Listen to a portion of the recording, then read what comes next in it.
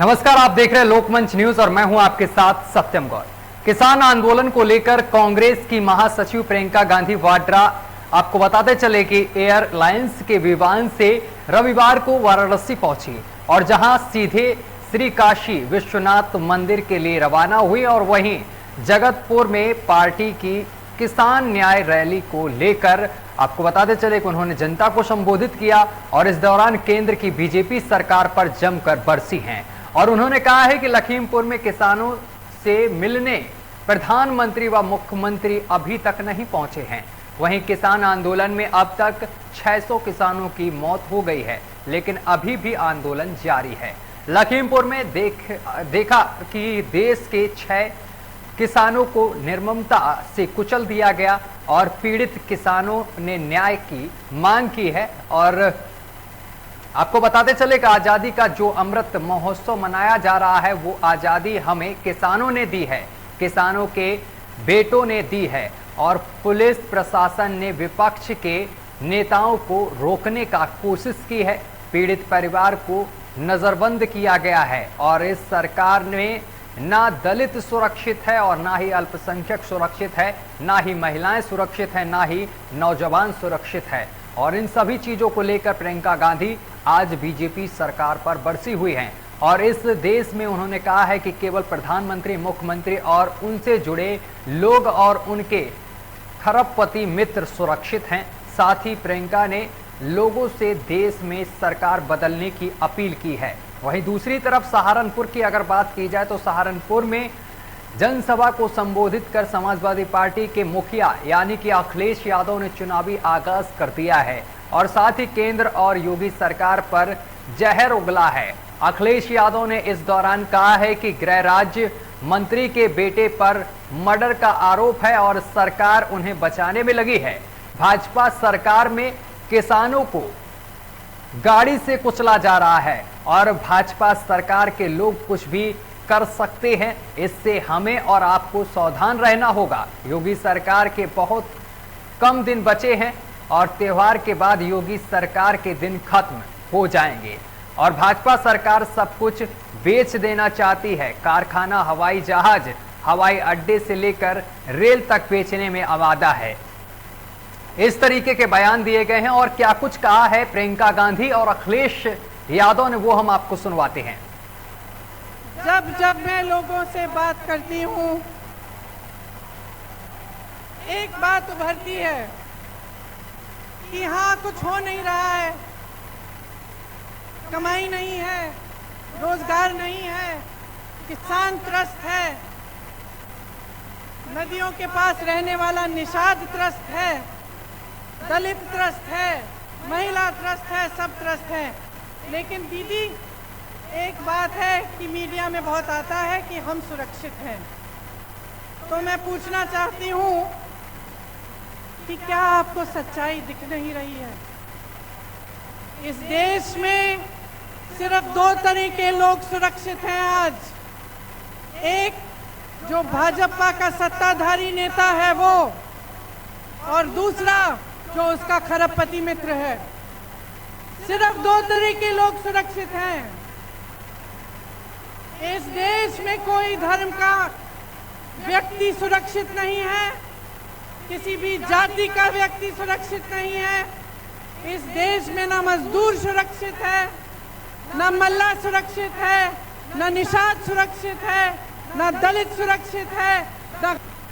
तो इसी तरीके से अखिलेश यादव ने भी सहारनपुर में बीजेपी सरकार पर निशाना साधा है। आइए अब हम सीधे चर्चा की ओर बढ़ेंगे और हमारे साथ आपको बताते चले कि नेता बीजेपी चंद्रभूषण सिंह जुड़ गए हैं और उम्रराज नेता सपा जुड़ गए हैं और हमारे साथ आपको बताते चले कि बालकिशन गुप्ता भी जुड़ गए हैं। तो लेकिन सबसे पहले चंद्रभूषण जी के पास पहुंचेंगे। चंद्रभूषण जी, आज सहारनपुर और वाराणसी में 2 जगह जनता को संबोधित किया गया है। वाराणसी में प्रियंका गांधी ने बीजेपी सरकार पर निशाना साधा है और इसके साथ अखिलेश यादव ने भी बीजेपी सरकार पर निशाना साधा है। उन्होंने कहा है कि योगी राज में जनता सुरक्षित अपने आप को महसूस नहीं कर रही है। जिस तरीके से योगी आदित्यनाथ ने जनता से वादा किया था, दावा किया था कि उत्तर प्रदेश में महिलाएं सुरक्षित हैं, उत्तर प्रदेश की जनता अपने आप को सुरक्षित महसूस कर रही है, किसान अपने आप को सुरक्षित महसूस कर रहे हैं, लेकिन ये सभी वादे फेल होते हुए बीजेपी सरकार में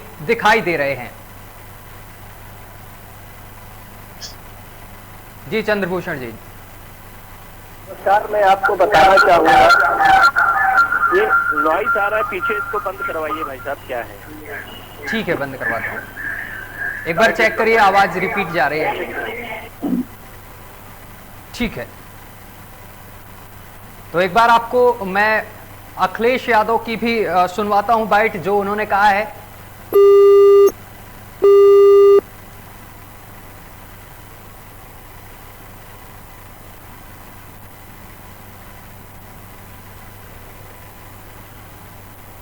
तो आगामी चुनाव को लेकर विपक्ष की क्या तैयारी है, आपको बताते चले कि अखिलेश यादव और प्रियंका गांधी ने आज सरकार पर निशाना साधा है।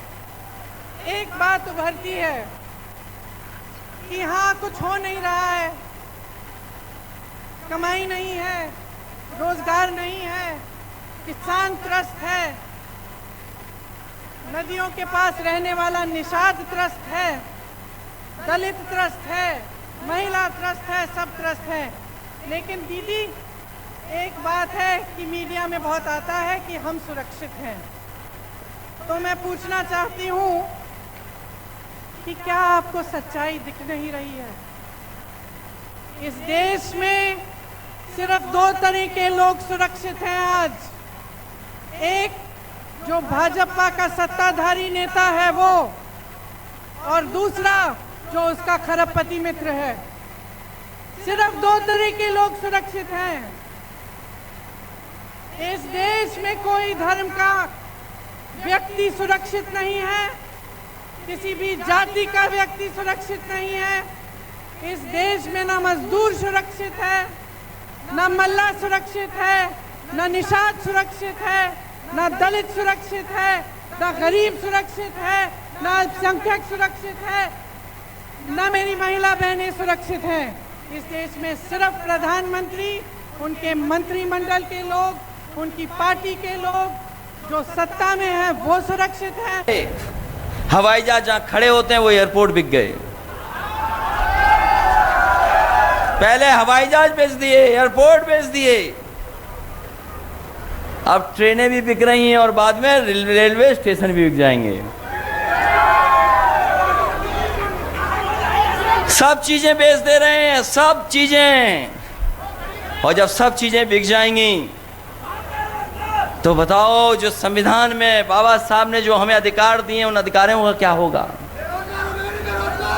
क्या होगा अधिकारों का जो बाबा साहब भीमराव अंबेडकर जी ने संविधान में हमें मौका दिया, अधिकार दिए? ये चीजें जब बिक जाएंगी तो कोई नहीं हमें सम्मान देगा, कोई स्थान नहीं देगा। कोई सोच सकता था कि हवाई जहाज बिक जाएंगे, एयरपोर्ट बिक जाएंगे, पानी का जहाज जहां खड़ा होता है वो सब बिक गया। ये तार बेच रहे हैं, बिजली के कारखाने बेच रहे हैं, सब बेचे दे रहे हैं। और जो इतिहास को जानते होंगे हमारे लोग, याद करना, अंग्रेज आए थे इस देश में, अंग्रेज कारोबार करने आए थे। जो ईस्ट इंडिया कंपनी आई थी। तो चलिए, आपने सुना कि यहाँ पर प्रियंका गांधी क्या कह रही थी और अखिलेश यादव क्या कर रहे थे। दोनों नेता यहाँ पर बीजेपी सरकार पर बरसते हुए दिखाई दिए हैं। यहीं पर आपको बताते चले कि अखिलेश यादव ने साफ तौर पर बीजेपी सरकार पर निशाना साधते हुए ये कहा है कि रेल से लेकर हवाई जहाज तक बीजेपी की सरकार में बेचा जा रहा है। और उधर प्रियंका गांधी ने भी बीजेपी सरकार पर निशाना साधते हुए कहा है कि लखीमपुर घटना में ना ही मुख्यमंत्री और ना ही प्रधानमंत्री पीड़ित परिवारों से मिलने नहीं आए। इसके साथ ही उन्होंने कहा है कि अल्पसंख्यक और साथ ही दलित कोई भी यहां पर बीजेपी की सरकार में अपने आप को सुरक्षित महसूस नहीं कर रहा है। और इसका जवाब मैंने चंद्रभूषण जी से मांगा था। चंद्रभूषण जी, जिस तरीके से विपक्ष लगातार सरकार पर हमला बोल रहा है कि बीजेपी सरकार में कोई भी सुरक्षित अपने आप को महसूस नहीं कर रहा, सिवाय बीजेपी के नेता और बीजेपी के कार्यकर्ता केवल अपने आप को सुरक्षित महसूस कर रहे हैं उत्तर प्रदेश में, बाकी जनता अपने आप को उत्तर प्रदेश में सुरक्षित महसूस नहीं कर रही है। इसमें कितनी सत्यता है? मैं आपको बताना चाहता हूं कि ये कुंभकर्ण के लोग हैं और कुंभकर्ण की नींद सो रहे थे अभी तक।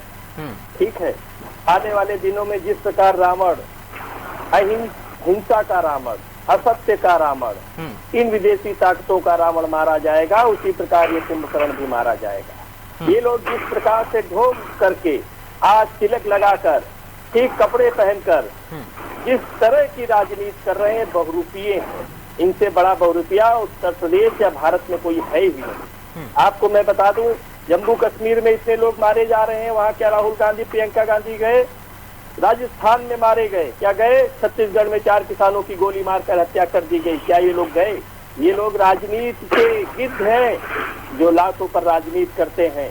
मैं आपको बता दूं, सबका साथ, सबका विकास और सबके विश्वास की बात करने वाले योगी आदित्यनाथ और हमारे मार्गदर्शक प्रधानमंत्री नरेंद्र मोदी जी की विचारों पर चलने वाली भारतीय जनता पार्टी सही कार्य कर रही है।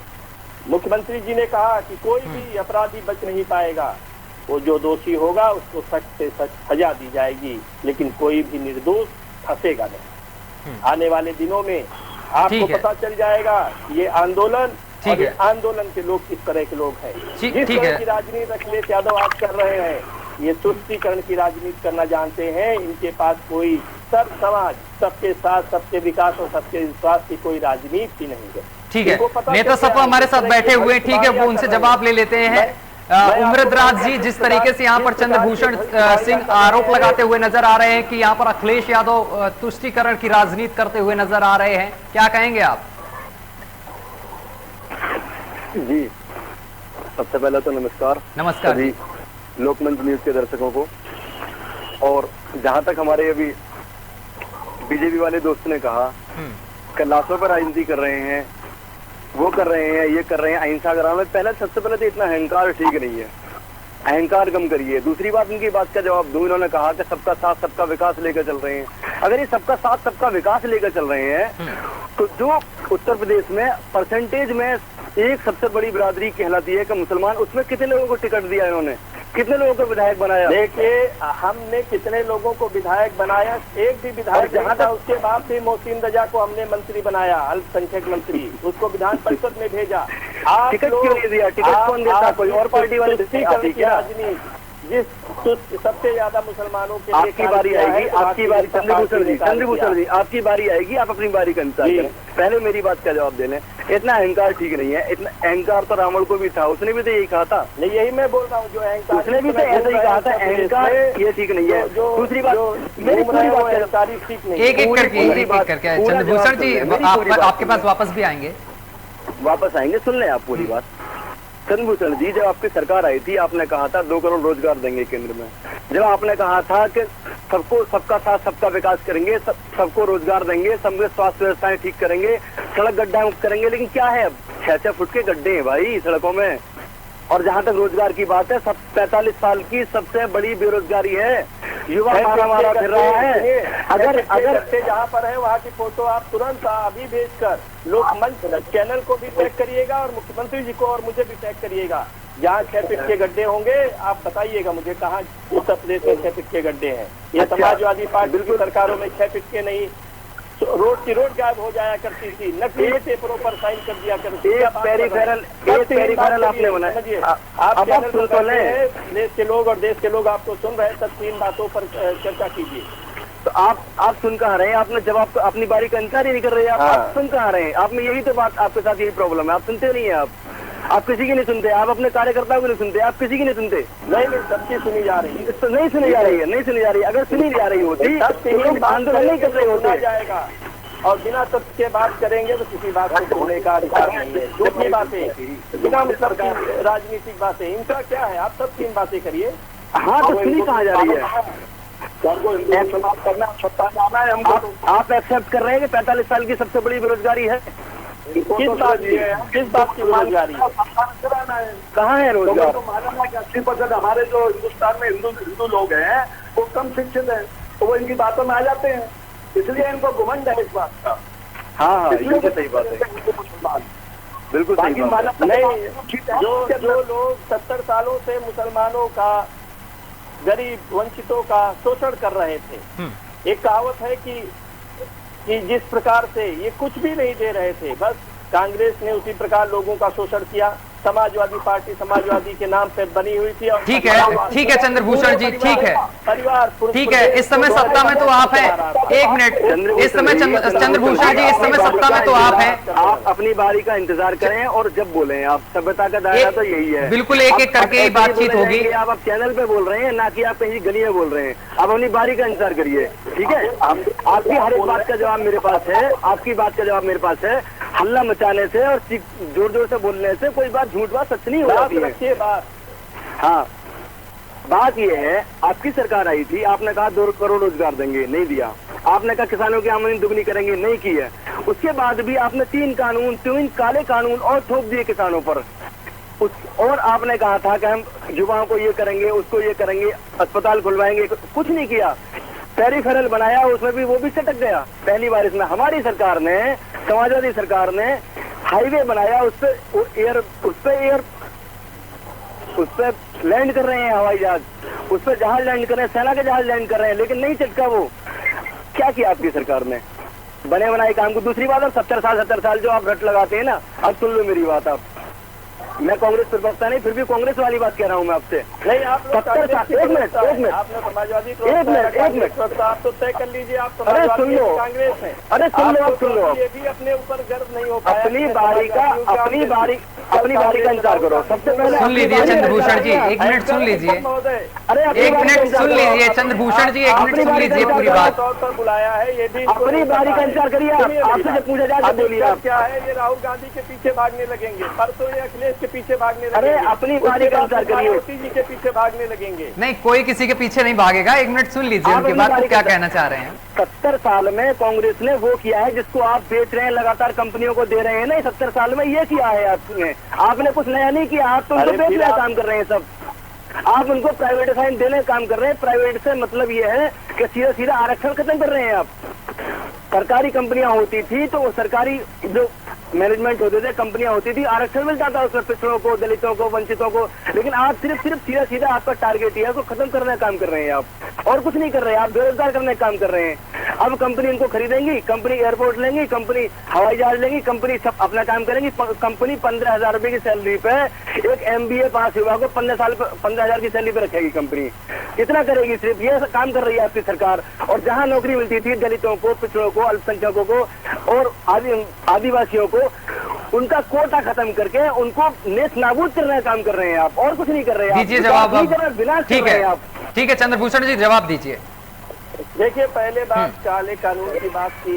तीनों कानून स्थगित है। सुप्रीम कोर्ट ने अभी 4 दिन पहले भी बोला कि तीनों कानून लागू ही नहीं हुए, तो आप आंदोलन किस बात का कर रहे हैं? इनको अभी ये तक समझ में नहीं आया है कि तीनों कानून तो लागू ही नहीं हो पाए हैं, तो आंदोलन किस बात का? और ये बोल रहे हैं 3 कानून थोप दिए गए हमारे ऊपर। तो पहले इनको बोलिए कि ये बात ठीक करने की तीनों कानून तो अभी लागू ही नहीं हुए। और जिस प्रकार ये बातें घुमा के अपने आप को बदल रहे हैं कि 70 सालों में कांग्रेस ने बहुत कुछ किया, तो 70 सालों में किया होता तो आप आज चिल्ला क्यों रहे होते? मैं बेरोजगार। बालकिशन जी आपके पास आएंगे, वापस आएंगे, 1 मिनट रुकिए, बात पूरी हो जाने दीजिए। कितना महंगा, आज कितना महंगा, आप कितनी महंगाई लोगों के ऊपर कर रहे हो? तो ये आप क्यों समझ इस बात को? आप 2000 और उससे 10,000 वसूल कर रहे हो किसान से। ये आप क्यों नहीं बोलते? कौन कर तो रहे हो? कर तो रहे हो। अरे विदेशों में सस्ता पेट्रोल खरीद कर आप दे तो रहे हो, खून चूस रहे हो पब्लिक का। आप कर तो रहे हो, राज्य में भी और देश में भी।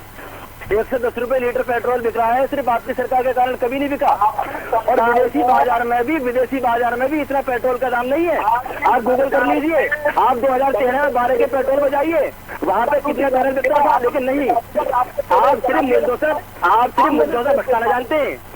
कौन दलित वोट देगा आपको? आज जनता महंगाई जैसी तरस है, वो आपसे परेशान है, वो आपको जवाब देगी थोड़े दिन और रुक जाओ, 5 महीने और रुक जाओ, आपको ऐसा जवाब देगी। 2022 की सरकार आ रही है, 350 आप वोट हो ना सरकार का, सत्ता का जितना घमंड आपको है, ये पता चल जाएगा।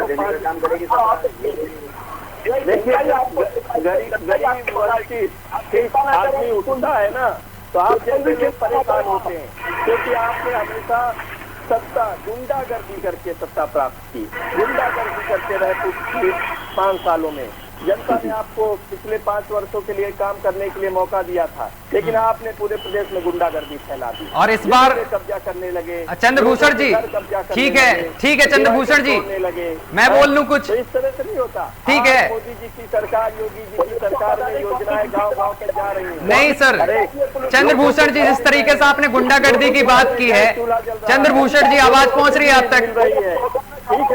चंद्रभूषण जी आवाज पहुंच रही है?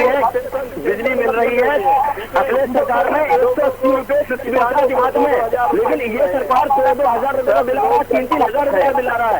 योगी जी के शासन में ऐसे लोग सरकार से खुश हैं, लेकिन कुछ लोग नहीं खुश हैं जो कुंभकर्ण है। चंद्रभूषण जी आवाज पहुंच रही है आप तक? वो आज उनकी नींद टूट रही है। आज वो तिलक लगाकर मंदिर घूम रहे हैं। ऐसे लोगों की जनता ऐसे लोगों को पहचान रही है कि मंदिर जाने से और अखिलेश यादव उठे और भविष्यवाणी करने वाला जिसको भविष्यवाणी करता है, सब हो जाएगा, वैसा हो जाएगा। ऐसे लोगों को जनता ने सबक सिखाने का मन बना लिया है। आप समझ लीजिए, आने वाले दिनों में सरकार ऐसी पार्टियों को प्रदेश के बाहर भेज देगी। ठीक है चंद्रभूषण जी, आवाज आ रही है आप तक मेरी? आने की सोच भी नहीं पाएंगे। चंद्रभूषण जी आवाज पहुंच रही है आप तक? जी। अब चंद्रभूषण जी ये बताइए, आपने गुंडागर्दी की बात की, सपा सरकार में गुंडागर्दी बहुत बड़ी और ये हुआ वो हुआ, आप अपनी सरकार की बात की है ना, आप सत्ता में है। लखीमपुर खीरी में क्या हुआ, गोरखपुर में क्या हुआ, हो रही है आप बताइए। लखीमपुर खीरी में क्या हुआ, लखीमपुर खीरी में क्या हुआ आप बताइए। आप देख ही रहे क्या हुआ, और गुंडागर्दी कर रहा होता तो अरे नहीं हो जाता। ठीक है, तो क्या हुआ उसमें, वही तो मैं भी आपसे जानना चाहता हूँ। आप 5 लखीमपुर खीरी में 5 भाजपा कार्यकर्ताओं को मार दिया गया, वो क्या था, गुंडागर्दी थी? सत्यम गौड़ जी, एंकर साहब, ये किसी बात का जवाब नहीं देंगे, ये किसी बात का जवाब नहीं देंगे, क्योंकि इनके पास जवाब नहीं है। एक्शन कर दिया होता तब, इनके पास जवाब कुछ नहीं है। चंद्रभूषण जी एक बात बताइए, चंद्रभूषण जी भटकाने में सिर्फ इनको महारत हासिल है, मुद्दों से भटकाना जानते हैं और कुछ नहीं है इनके पास में।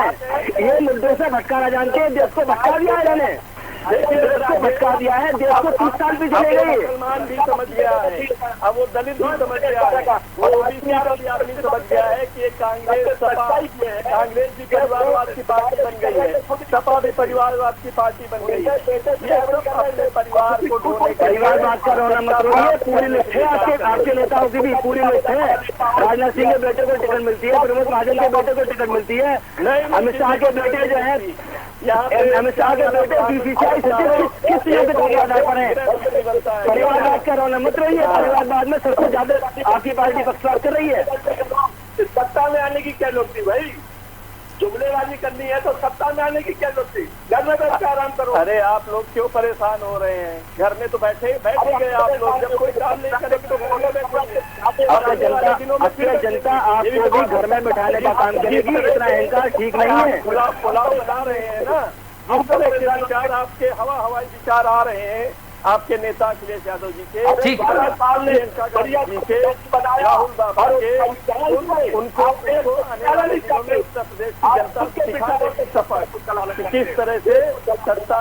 योगी जी एक मिनट भी बैठते नहीं है जनता के लिए, कहीं पर पूरे प्रदेश में घूम रहे हैं। कोविड काल के दौरान कौन से आपके नेता निकल कर आए, किस जनता की सेवा की, किसको मास्क डिस्ट्रीब्यूट किया, कहीं नहीं दिखाई दिए। तो इसलिए आप लोग बोलने का, आप लोगों के पास बोलने का कोई उसको ये सारी चीजें उसको दिखती जो बाहर आता। आप तो घर में बंद थे, आपके नेता घर में बंद थे, तो बाहर कहाँ से दिखता। पार्टी काम कर रही थी, सारा विपक्ष काम कर रहा था, विपक्ष सेवा कर रहे थे, सब कार्यकर्ता सेवा कर रहे थे, आपको नहीं दिखा। क्यों? क्योंकि आप घर में बंद थे, आपको नहीं दिखा ये चीज, और दिखेगी भी नहीं आपको। आपको ये चीज नहीं दिखेगी, आपको बेरोजगारी नहीं दिखेगी, आपको महंगाई नहीं दिखेगी, आपको जो है, आपको गरीब और मरता हुआ आम आदमी नहीं दिखेगा आपको। क्यों? आप जो है सिर्फ और सिर्फ आप हवाई देश को बांटने की राजनीति कर रहे हैं, आप सिर्फ और सिर्फ। बांटने की तो 1947 में की गई, देश को बांटने के लोग आज फिर वही गांधी परिवार के लोग देश की बांटने की बात करते हैं। आप जैसे लोगों को बहलगला रहे हैं, अरे लोग उनके बातों में आ रहे हैं। देश की बांटने की बात तो 1947 में की गई थी।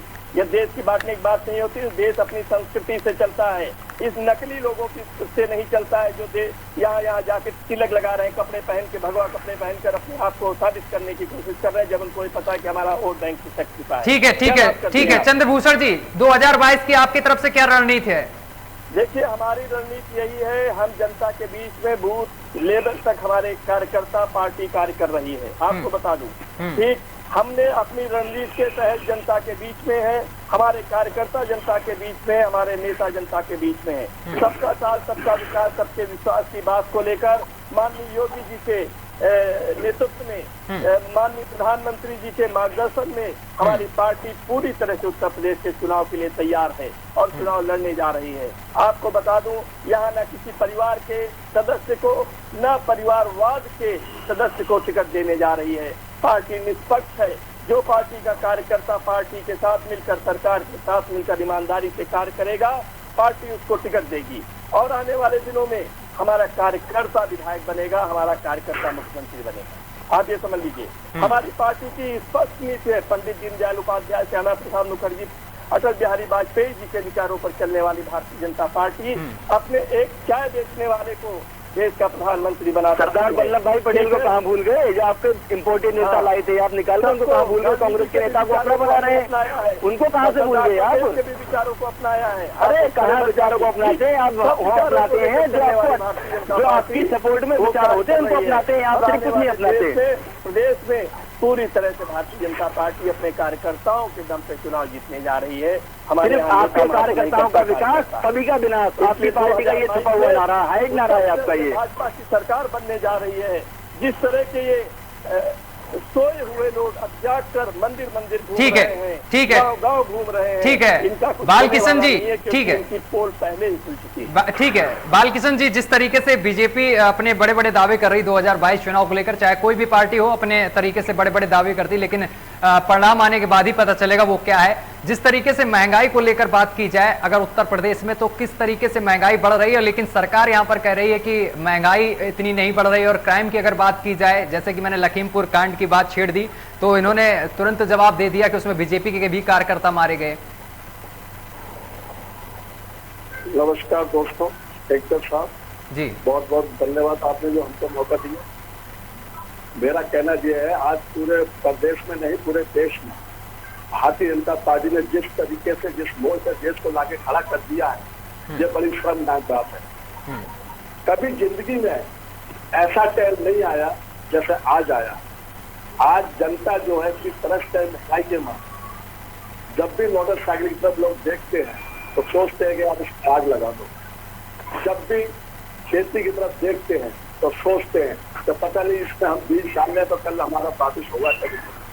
किसान 10 महीने से 11 महीने से रोड पर बैठा हुआ है, इनको जरा की दिक्कत नहीं आ रही। अन्नदाता हमारा अन्नदाता है, पूरे देश को रोटी देता है और ये भी रोटी उसी की खाते हैं किसानों की, लेकिन इनको जरा भी शर्म नाम की चीज नहीं आ रही।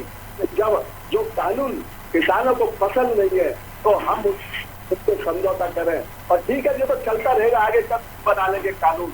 आज किसान नाराज है आपके कानून पर, तो उनको आप वापस ले लो और किसानों की थोड़ा कर दो, तो क्या होगा? आपका क्या जाएगा? आपका क्या कार्य है भाई? जो कुछ है वो देश का है, आपका तो कुछ है नहीं। आप तो खाली आते आए हो और झोला भर के ले जाते हो, कह सकते हो।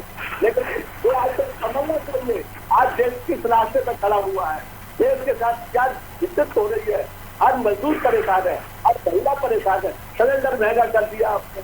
जो सिलेंडर 3 से 350 400 रुपए का आता था वो सिलेंडर आज 900 से ऊपर कर दिया। महिला परेशान नहीं है क्या? वो कुछ के पैसे बचा लेती थी, आज वो भी नहीं बच रहे हैं। महिला इतनी परेशान है, भारतीय जनता पार्टी को कोई वोट देने वाली नहीं है, कोई भी महिला। और इतनी जनता दुखी है और सारी चीजों से, जो ये बोलते हैं कि ऑनलाइन हमारा मतलब बढ़िया है, हम कानून अच्छा चला रहे हैं। कौन सा कानून अच्छा चला रहे हो? आप सभी आदमियों को छोड़ नहीं रहे हो, उनको ठोक रहे हो, किसानों को छोड़ नहीं रहे हो। आपके मंत्री के लड़के उनको गाड़ियों से रोक रहे हैं, और गाड़ी चला रहे हैं फिर भी झूठ बोलते हैं। इतने झूठ बोलते हैं, तुम्हारा चाहे गृह मंत्री हो, चाहे प्रधानमंत्री हो, चाहे राष्ट्रीय अध्यक्ष हो, कोई नेता ऐसा बता दो जो झूठ नहीं बोलता। सभी तो झूठ बोलते हैं और फिर जब पकड़े जाते हैं तो बोलते हैं भाई हमारा तो वो जुमला, क्या जुमला था, पकड़ बातों तो जुमला था। तो इनको मालूम है कि देश के अंदर 80% से थोड़ा कम पढ़े लिखे लोग हैं, तो वो हमारे बातें में आ जाते हैं, हमारे बातों में आ जाते हैं ना। तो उनको कि जनता जब तुमको लेके आ सकती है तो तुमको भगा भी सकती। ठीक है चंद्रभूषण जी, ठीक है चंद्रभूषण जी, जवाब दीजिए। लगातार महंगाई बढ़ रही, गैस को लेकर, हर चीज को लेकर उन्होंने निशाना साधा है। 2022 में इनको सत्ता से बाहर करके छोड़ेगी। ठीक है जनता वोट देती है, हम भी जनता के बीच में जाते हैं। ठीक है बालकिशन जी, ओके। भाई आप जानता नहीं हो कि आप किस मंच और किसका प्रतिनिधित्व कर रहे हैं, लेकिन इनमें जो संयुक्त रूप से जो कुछ दिख रहा है वो मैं बताना चाहूंगा कि फिर उसी कानून की बात की कि कानून थोपा गया, कानून लागू किया गया। जब कानून स्थगित ही है तो अभी तक ये बात इनको क्यों नहीं समझ में आ रही कि कानून लागू ही नहीं किया गया है, जो सुप्रीम कोर्ट ने उसको स्थगित कर रखा है। तो किसानों को इसके समस्या क्या है, किसान आंदोलन क्यों कर रहे हैं जब कानून ही नहीं लागू है अभी तक? वापस लेने की बात क्या है? पहली बात, मेरी बात सुनिए, जब कानून लागू ही नहीं है तो उसको वापस लेने की क्या बात है? जब मैटर सुप्रीम कोर्ट की निगरानी में चल रहा है तो आप ये बोलिए किसानों को घर में आंदोलन बंद कर दें। भाई सुप्रीम कोर्ट ने आपको कहा, लेकिन आप जा रहे हैं, आपके साथ अराजक तत्व आ गए हैं। अब आप आंदोलन नहीं कर रहे हैं, आंदोलन का व्यापार चालू कर दिया है और आप जैसे लोग उन व्यापारियों का समर्थन कर रहे हैं। सबसे बड़ा दुर्भाग्य इस देश का है, आप जो बोल रहे हैं कि इस कांग्रेस ने लोगों को अनपढ़ बनाकर 70 सालों से बेवकूफ बनाया। ठीक, कानून बात सुनिए, आप जैसे बौद्धिक लोग या पढ़े लिखे लोग भी लोगों को बेवकूफ बना रहे हैं क्योंकि उनको इसकी बात नहीं बताते। आप कह रहे हैं कानून लागू किया गया है, कानून लागू ही नहीं है किसी पर, तो उसको लागू नहीं किया जाए। अगर कानून का इतना ही वो है तो उससे एमएसपी पे गारंटी क्यों नहीं देती सरकार? क्यों सुप्रीम कोर्ट में इसके नहीं दी कि एमएसपी पे हम गारंटी दे रहे हैं? अपनी बात सुप्रीम कोर्ट में सरकार क्या बात चल रही है? सुप्रीम कोर्ट ने किसानों को बुलाया, उनका प्रतिनिधित्व करने वालों को, लेकिन वो सुप्रीम कोर्ट के पास न जाकर आंदोलन में कर रहे हैं। तो आप लोग भी उन्हीं के पास बताइए, समझाइए। और रही बात, आप बात करें ना, क्यों नहीं किसानों से बात कर रहे हैं आप? 11 बार बात हो, किसानों से 50 बार मीटिंगें हुई हैं। किसानों का, आप जैसे लोग किसानों के पास नहीं है जो बात करने के लिए आगे आ सके। आप जैसे लोगों को आंदोलन में शामिल होना चाहिए और किसानों का पक्ष रखकर सुप्रीम कोर्ट में जाना चाहिए। सुप्रीम कोर्ट ने किसानों को बुलाया, उनके चंद्रभूषण जी मुद्दे की बात पर आइए। चंद्रभूषण जी मुद्दे की बात पर आइए। अगर सरकार इतनी गंभीर है तो एमएसपी पर गारंटी क्यों लिख रही थी? क्यों सुप्रीम कोर्ट में शपथ पत्र दाखिल नहीं करती? एमएसपी पर गारंटी दे रही है, बताइए क्यों मिसगाइड कर रहे हैं देश को? क्यों बांट रहे हैं देश को? आप सिर्फ कुछ नहीं करोगे, आप कुछ नहीं करोगे, आप मुद्दों से भटकाओगे देश को और मुद्दों से भटकाकर बांटोगे और सत्ता में आना चाहोगे। लेकिन इस बार जनता समझ चुकी है, आपको सत्ता में नहीं आने देगी, आपको सत्ता से बाहर करने का काम करेगी। यूपी की जनता और देश की जनता भी। आप जैसे जो ठीक है ठीक है जो बड़े उमरत राज जी, ठीक है उमरत राज जी, एक सेकंड चंद्रभूषण जी। उमरत राज जी, 2022 का चुनाव तो बेहद नजदीक है और अखिलेश यादव लगातार अब स्टार्ट भी कर दिया है। सहारनपुर में आज आगाज भी किया, बीजेपी पर लगातार बरसते हुए भी दिखाई दिए। तो क्या लगता है जो 2022 का चुनाव आप जीतेंगे, यानी जिस तरीके से दावा आप कर रहे हैं कि जीतेंगे, 400 प्लस लेके आएंगे, क्या लगता है किसानों के सहारे आप लोग जीतने वाले हैं? इस बार किसानों का सहारा लेंगे, किसानों के कंधे पर बंदूक रखकर जीतने वाले हैं? क्योंकि लगातार जितने भी आंदोलन हुए उसमें समर्थन रहा है सपा का और कई तरीके का आंदोलन भी किए गए हैं। सत्यम गौड़ जी, सबसे पहले मैं ये बताना चाहूंगा, देश जो है कृषि प्रधान देश है। ठीक है। और यहाँ पर देश की तरक्की का रास्ता, देश की सत्ता का रास्ता किसानों के खेतों से होकर जाता है। किसानों को किसानों की जो अंधा देखा करेगी वो सत्ता से बाहर जरूर जाएगी। अब जहाँ तक बात रही समाजवादी की, समाजवादी पार्टी ने 2012 में सरकार बनने से पहले जो वादे किए थे उन वादों को 2017 तक पूर्ण करके दिखाया है। अगर पूर्ण करके दिखाया था सर, अगर पूर्ण करके दिखाया था, सब कुछ किया था आपकी सरकार ने, तो फिर सरकार ने बीजेपी, जो जनता है उसने बीजेपी को क्यों चुना फिर? अगर सब कुछ सरकार की तरफ से सही था, आप उतनी देर से कह रहे हैं रोड सही थी, हमारी तरफ से सड़कें चमका दी गई थी, नाला नालियां सब चमका दी गई थी, और गरीबों के लिए बहुत कुछ किया गया था, आवास वगैरह दिए गए थे। जब सब कुछ आपने किया था तो फिर जनता ने आपको नकार क्यों दिया? ये चीज मुझे समझ में नहीं आ रही, आप जरा समझाइए। इस बात का जवाब ये है आपकी बात का, जो झूठा प्रचार और जो झूठी सहानुभूति लेकर बीजेपी आई थी, उस झूठ का मुकाबला हमारी पार्टी नहीं कर सकी। उस झूठ का, उस मक्कारी का, उस बेहुदापन का क्या झूठ लेकर आई थी बीजेपी? एक बार जरा हमें भी समझाइए, क्या ऐसा झूठ लेकर आई थी बीजेपी? क्या बीजेपी ने नहीं किया? ये मैं भी जानना चाहता हूँ, जनता भी जानना चाहती है। राष्ट्रवाद झूठा नजर आता है, राष्ट्रवाद का नकली तोड़ा। अरे सुन लो, अरे चंद्रभूषण सुन लो, अरे सुन लो, आप सुन लो, चंद्रभूषण सुन लो, सुन रहा हूँ मैं। हाँ सुन लो सर, सुन लो। हमेशा राष्ट्रवाद झूठा नजर आता है। एक मिनट चंद्रभूषण जी सुन लेते हैं एक बार, सुन लो, आप सुनाइए। आपने कहा था हम राष्ट्रवाद ठीक है जी, राष्ट्रवाद ठीक है।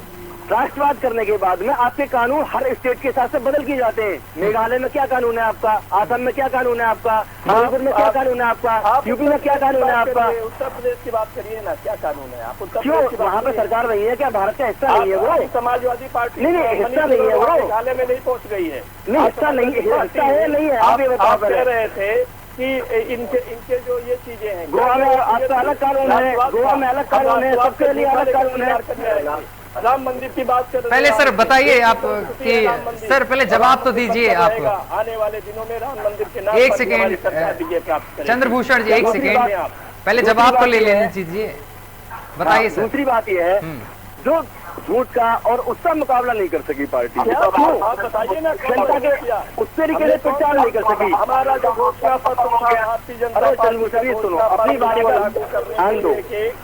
बालकिशन जी एक सेकेंड, चंद्रभूषण जी बारी का, बालकिशन जी आपके पास भी आएंगे एक एक करके, बोलिए सर। उस झूठ का उसका मुकाबला नहीं कर सकी पार्टी हमारी, ठीक है। और जहां तक बात रही सत्ता की, संगठन में कुछ कमियां रही, सत्ता में हमने पूरा काम करके दिखाया, संगठन में कुछ कमियां रही, वो बात हो सकती है। मैं बता रहा हूँ, जो इलेक्शन होता है वो संगठन से होता है। अब सत्ता की लड़ाई, गलत लोगों का जमीन हड़पना, ठीक। अरे चंद्रभूषण जी सुन लो, अरे चंद्रभूषण सुनो, हड़प रहे थे, अरे अपनी बारी का इंतजार करो, रामपुर में जमीन हड़पने का, अरे अपनी बारी का इंतजार करो। अरे उसके बाद चाचा भतीजे ने लड़ाई की, सत्ता क्या प्राप्त करेंगे आप? परिवारवाद की बात करें। हाँ सर, बिल्कुल सही बात है, बिल्कुल सही बात है एकदम। आप कितने, और आप झूठी बताइए कि ये झूठी चीजें बातें करके आए, हमारा राष्ट्रवाद झूठा है। आपका राष्ट्रवाद कौन सा है? आपने मेरा सच्चा राष्ट्रवाद है, सच्चा राष्ट्रवादी आपकी तरह झूठ नहीं बोलता, मैं झूठे नारे नहीं लगाता, मैं झूठे नेता के पीछे नहीं जाता, मैं उस नेता के पीछे नहीं जाता जो अपनी बारी में रहता है। आपसे पूछ रहा हूँ, समाजवादी पार्टियों का कोई दूसरा राष्ट्रवाद है? कौन सा राष्ट्रवाद है? मेरा अपना राष्ट्रवाद है। कौन सा आपका राष्ट्रवाद है बताइए? मेरा राष्ट्रवाद सच्चा राष्ट्रवाद है, सिर्फ देश की बात करता है, सिर्फ देश की बात करता है। आपकी तरह ऐसा नहीं करता। मोदी जी कहते कि मैं प्रज्ञा ठाकुर को नहीं करूंगा, और फिर प्रज्ञा ठाकुर को सुरक्षा समिति में ले आता है। क्यों? उसके बयानों से दुखी भी होते हैं, उसको माफ नहीं करेंगे दिल से, लेकिन फिर भी उसको सांसद बना दिया, फिर भी सांसद बना दिया, ठीक है। आतंकवाद की आरोपी को सांसद बना दिया, नहीं चलेंगे हम, ठीक है। बोलिए बालकिशन जी, एक सेकंड बालकिशन जी बोलिए। अरे ये दूध के धुले मत बनो, दूध के धुले मत बनो, अच्छा लगेगा, ठीक है। नहीं तो दूसरे राष्ट्र को अपना राष्ट्र कहने से, और खाना यहाँ की, गाना कहीं और की। एक सेकंड बालकिशन जी बोलिए आप।